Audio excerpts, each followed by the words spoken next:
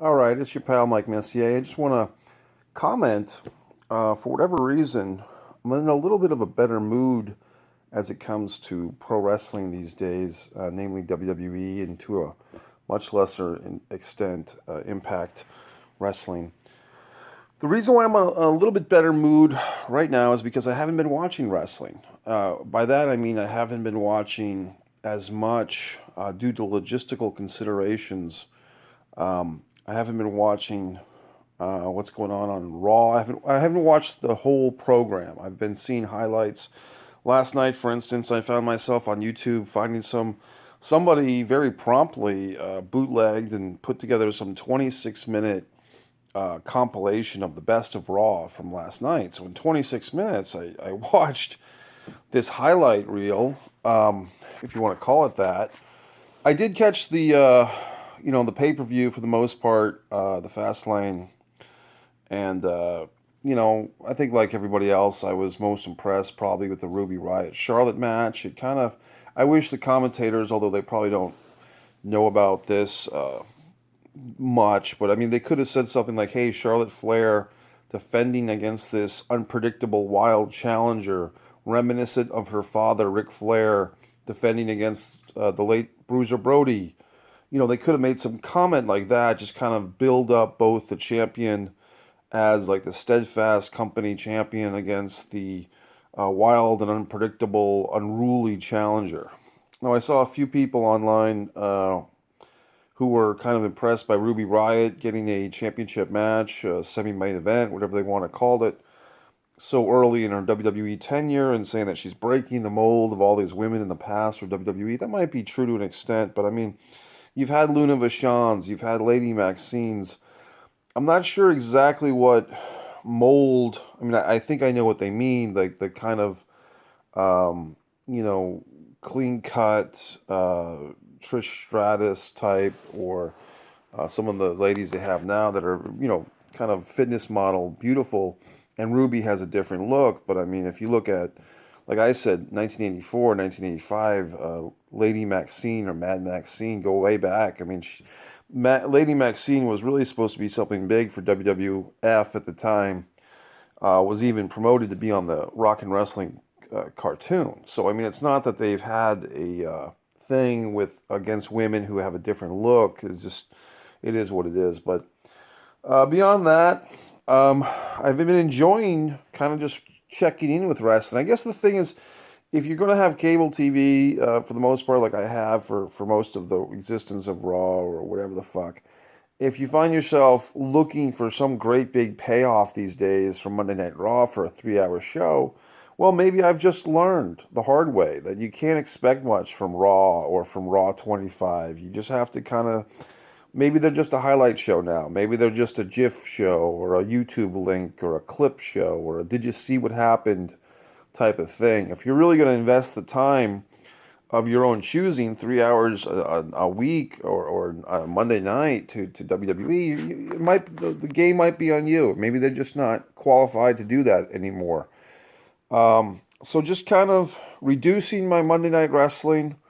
Last night I saw a film, that Oprah Winfrey, Reese Witherspoon thing, which was a whole other story, but I just didn't watch wrestling. Last night, like I said, I caught the thing. It's like I actually enjoy watching Raw more when I don't see it. Hearing people say that Roman did a great promo on Brock, who wasn't there, or John Cena went into the audience and chanted, "This is awesome" with the fans. I mean, and then, oh, okay, I'll watch this 26-minute highlight, and yeah, it was pretty good. I mean, but it's good if you don't have to sit through all the fucking, tattoo neck commentators and the bullshit. I did see Booker T, going back to the Fastlane pay-per-view, Booker T made some references to his little schmaltz with Corey Graves. And of course, as we know, that went absolutely nowhere. I mean, that was just two guys killing time on Facebook or Twitter, which is pretty much the state of our country at this point, the state of the world. What else? Blah, blah, blah. As far as this whole, people still are talking about this baseball bat incident, and it's really interesting to me the level of, let's give Sami Callihan a break. He didn't mean to hurt him. Well, okay. Why is Sami Callihan courting all this attention if he doesn't like the attention? It's like, to me, it's like he wants to heal it up, except if you call him out that he's a sloppy worker. Then suddenly Sami Callihan doesn't want to heal it up, or his defenders don't. Let's not take this personally. Don't get cruel on Sami.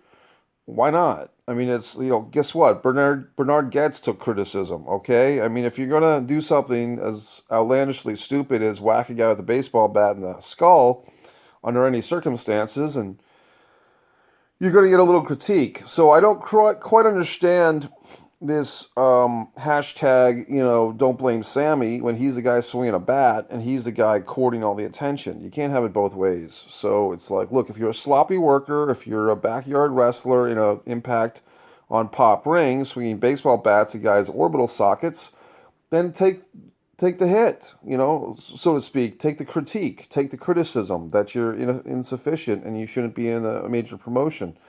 Of course, that would imply that Impact is a major promotion at this point, and it's kind of hard to make that case. I mean, they consistently, the last 3 or 4 years, make worse and worse TV deals where they go from, Spike TV to smaller and smaller networks. I mean, pretty soon they'll be competing with my show for time on the public access station. I can give them airtime on my Vimeo page if they want it. So, I mean, I'm sorry, Impact, but I mean, you're not doing yourself any favors. And of course, there's this whole modality or mentality of people just say, well, if people are talking, they've won. They got you. Well, I haven't tuned into Impact, and I haven't, been typing in, how do I get a Sami Callihan, Eddie Edwards, bloody face t-shirt? I'm not going to walk around with that fucking thing. There would be no point to it. So I don't know if I'm actually, what I'm seeing, if you want to hear about it, is the decline of the sport that I love, and as a fan, I'll speak out. I mean, I have that right, and I will say that they're trashing the sport. Now, the final, maybe if it's not the final, but one thing I will say is, I didn't know what the hell was going on with this until someone posted a little video that they made of what happened if the pipe bomb video was 2018 or 2018 pipe bomb version. I'm like, what's this? So I clicked it, and it's CM Punk doing his interview with all these little animations and graphics, on the famous Monday Night Raw promo on Cena and Vince and everything. And I'm like, what is this? I'm watching. I thought it was kind of funny. I thought they were just making fun of the overindulgence of graphics and stuff. But then when I was watching that 26-minute clip thing from last night's Raw that someone did, they're showing the same type of thing with the Braun Strowman promo. Like, when the wrestler's speaking, they have these little graphics now. I guess that's the biggest thing I've missed. On a technical level, that's the biggest thing I've missed in the last few weeks, is this... Now, is this actually happening? Is this actually happening where, in a backstage promo or some type of thing, the wrestler is making a case, a promo, a video, and a segment, and they're overlaying these graphics and these animations? Is that actually happening? And I guess the answer is yes. I mean, I having not watched a full 2-hour or 3-hour Raw a few weeks, I guess I missed it. But when does this happen? I'm assuming it's not a temporary thing. I'm assuming they think it's great. And is that what we've come down to? Because if that's the case, I don't know how much... I'm not going to be able to tolerate that. I mean, I know WWE consistently pushes and pushes and pushes people away, but if they're going to treat us like 5-year-olds, not even, 20-year-olds or 18-year-olds or 16-year-olds, but if they're going to treat us like fucking 2-year-olds who need a fucking Teletubby graphic to tell us what to think or to show the words on the screen, I guess I haven't been seeing that because I haven't been watching the 2 or 3 hour, whole show, but... Is that really happening? And are people really tolerating that? Are fans really watching these 3-hour shows? The Dave Meltzers, people like that. Are they actually watching this? Bruce Mitchell's, Conrad Thompson's, are people, Will Mahoney's, or Lauren, Laughing Hood, are people watching this show? Gwen Palumbo, are people watching this show at all? Seeing a 3-hour show and seeing this horrible, Sean McKenna, people watching this, seeing these graphics on these promos and continuing to watch the 3-hour episode. Now, like I said, I am familiar with what's going on because I'm watching the highlights, but if the WWE is actually showing these graphic animated words on the screen while they're having wrestling broadcasts and expecting adults to watch, then I'm sorry, you might have just lost a really loyal fan, because I'll be treated like a fucking asshole, but only so much. I mean, I'm not going to have graphic animated words thrown on the screen like I'm watching goddamn Romper Room or Teletubbies or Mr. Rogers' Neighborhood. I mean, you can insult us, you can gobbledygooker us, but if you're going to do something like that, Vince and family, then good luck with the XFL. Good luck with selling to Disney.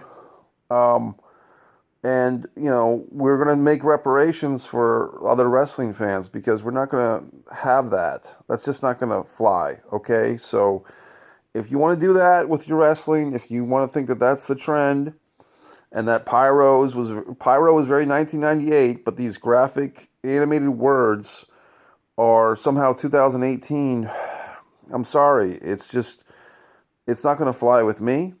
And you need to really think about that. So that's Mike Messier, and you can think I'm a fucking asshole or not, but I'm just telling you, you can only insult people so much, Vince. You can only insult people so much.